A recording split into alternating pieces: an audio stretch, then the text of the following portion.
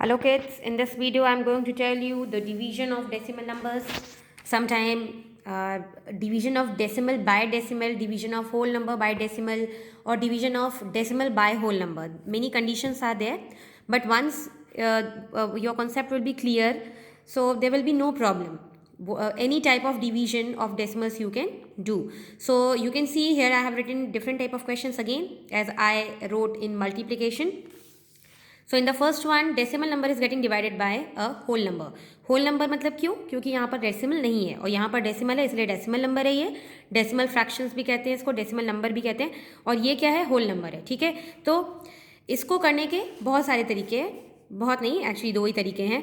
तो इसको सबसे पहले मैं जो फर्स्ट मेथड से कर रही हूँ, फर्स्ट वे में कर रही हूँ, इसको मैं कर रही हूँ फ्रैक्शन में कन्वर्ट करके. तो I will write this number in fraction form. So you can see how many what's the decimal place here. या डेसिमल के बाद कितने डिजिट्स हैं? 2 डिजिट्स हैं. तो हम यहाँ पे 2 0 लगाएंगे. ठीक है, और यहाँ पर हमने 1 लगा दिया. 100 मतलब जब हम 0.95 को when I will write 0.95 in fraction form, so just I have to count the number of decimal place or the number of digits which are after the decimal.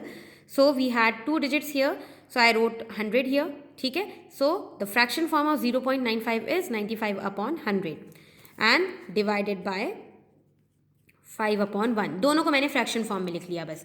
तो मुझे पता है कि फ्रैक्शन फॉर्म में अगर मुझे एक नंबर दिया है तो उसके नीचे हमेशा हम 1 लिख सकते हैं. डिनोमिनेटर में हमेशा 1 हम लिख सकते हैं अगर डिनोमिनेटर नहीं दिया है तो. ठीक है, अब डिवीजन करना है. ये दोनों नंबर्स डिविडेंड और डिवाइजर दोनों किस में कन्वर्ट हो गए? फ्रैक्शन फॉर्म में आ गए. अब हमको इसका डिवीजन करना है. तो डिविडेंड तो एज इट इज रहेगा, इसमें कोई चेंज नहीं करना हमको. डिवीजन का उल्टा ऑपरेशन क्या होता है? मल्टीप्लिकेशन. जब हमने इसका उल्टा किया तो हम डिवाइजर का भी उल्टा कर देंगे.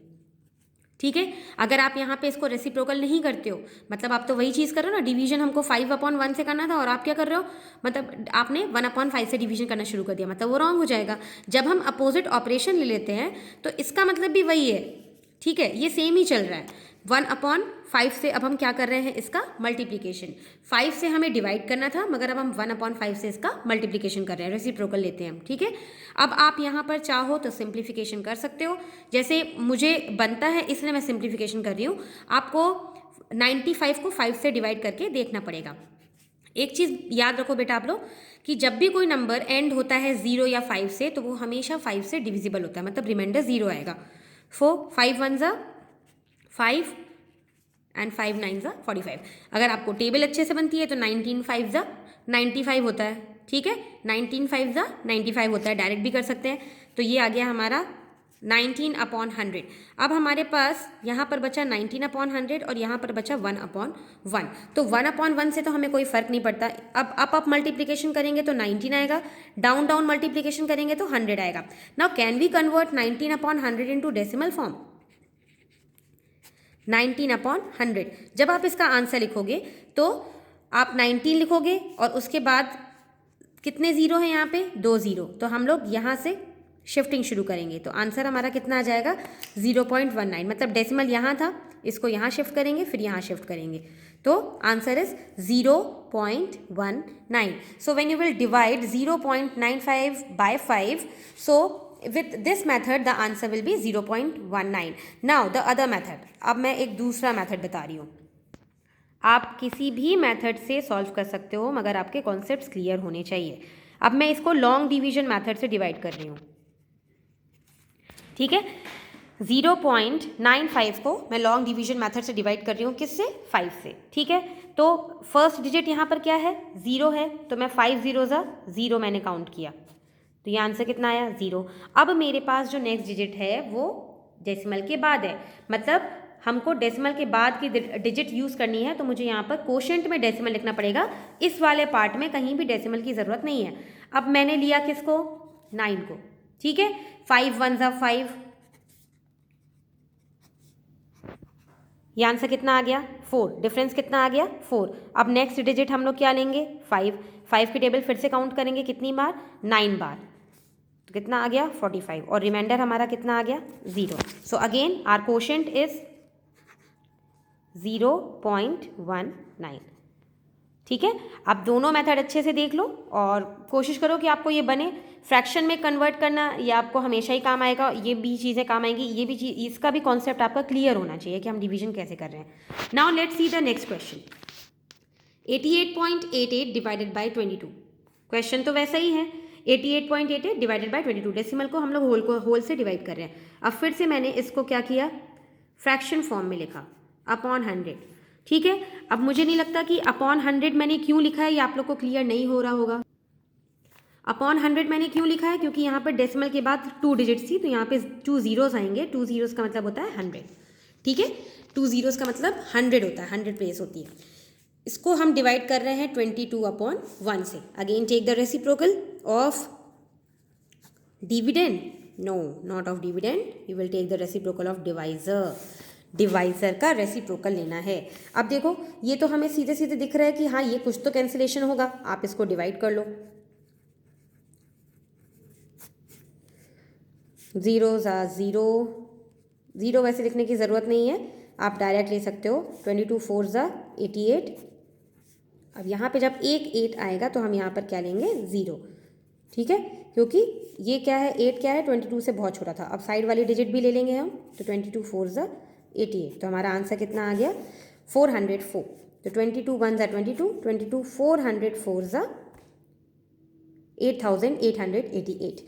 अब फर्स्ट फ्रैक्शन में क्या बचा हमारे पास, 404/100 इंटू सेकेंड फ्रैक्शन में हमारे पास ऊपर 1 था और नीचे भी क्या है, 1 आ गया। ठीक है, ये फर्स्ट फ्रैक्शन में जो बचा था, फर्स्ट फ्रैक्शन क्या था, 404 ऊपर और 100 नीचे, 404 ऊपर 100 नीचे।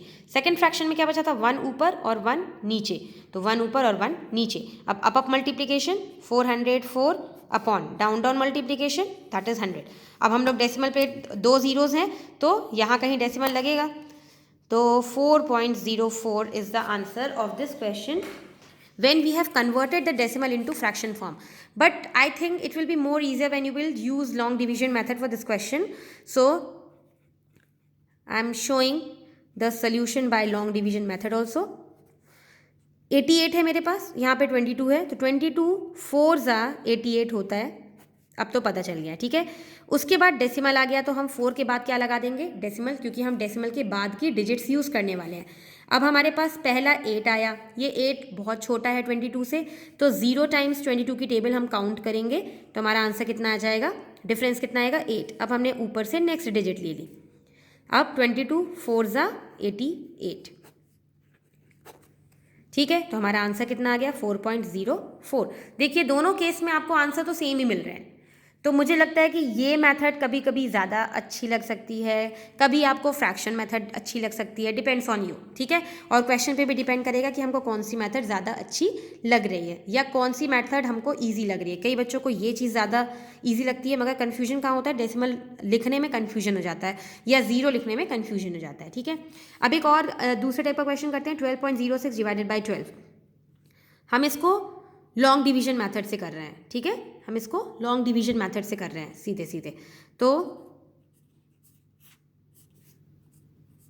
12 से मैंने इसको डिवाइड करना शुरू किया। 12 डायरेक्ट मैंने कर दिया, 12 1 12, डिफरेंस कितना आ गया, 0। अब मैं लूँगी नेक्स्ट डिजिट दैट इज 0, और मगर 0 कहाँ है, डेसिमल के बाद, तो मैंने यहाँ पे क्वोशंट पे डेसिमल लगा दिया। फिर मैंने लिया 12 0 0, माइनस किया 0। अब मेरी नेक्स्ट डिजिट आएगी क्या, 6। फिर से मुझे क्या करना पड़ेगा, 12 0 0, और ये मेरे पास आ गया क्या, 6।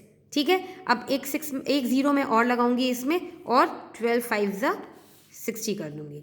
तो इसमें आपने देखा कि एक डिजिट हमारे पास नहीं थी, ये वाला 0 हमारे पास नहीं था जो ऊपर से आता, ये 0 हमने एक्स्ट्रा लगाया है। ठीक है, तो कुछ क्वेश्चन में आपको एक बार 0 लगा के, 2 बार 0 लगा के, 3 बार 0 लगा के ये चीज़ करना पड़ेगा, तब आपका डिवीजन क्या हो जाएगा, कंप्लीट डिवीजन हो जाएगा।